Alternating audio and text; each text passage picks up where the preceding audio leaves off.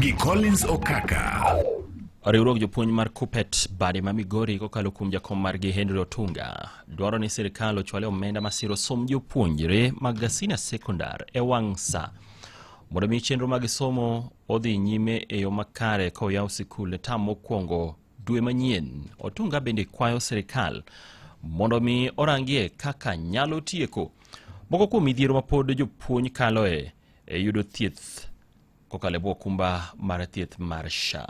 TSC is preparing to retool our teachers so that we are ready to handle the students as they come in. We are also telling the Ministry of Education to release funds in time so that nothing is left behind. As the teachers are ready, so there must be funds and infrastructure to run the programs that are going on. We are telling the government of Kenya that in as much as we are a new cover, we still have a lot of challenges. We do not want these challenges. A lot of our teachers, especially in lower job groups, when they go to hospital, we are told we cannot access quality wards, but we are paid a lot of money. We were promised that SHA Comprehensive is a way superior to what we used to have in Minet.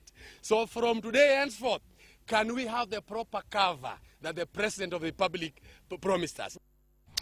Magiti mrekini mabende kumachielo Kuppet bade mano kokalo kuom jagoro margi dwaro mondo miduol mar TSC oketa tim moko kuom chike manogol kod jatend piny Kenya mar medo lemo jopuonj makwan giromo 50,000 kod ndiko e tich yo mongirore jopuonj makwan giromo 20,000 mag interns. Jagoro mar Kuppet Akelo Misori wacho ni nyaka sani TSC podo koro kwayo ne od bura mondo mi oketie kwan omenda ma dwarore e chenro mar ndiko e tich kaachiel kod medo lemo jopuonj go magino ma nono ni okaging'eyo gimomiyo TSC pod digni kendo pod kokao kang' mar keto e tim chik mane ogol kod jatend piny Kenya William Ruto. In particular, we were shocked that the Teachers Service Commission had not made any funding request to Parliament for the promotion of 25,000 more teachers. And most regrettably, the Commission blames funding for its failure to convert 20,000 current interns into permanent employment, yet it had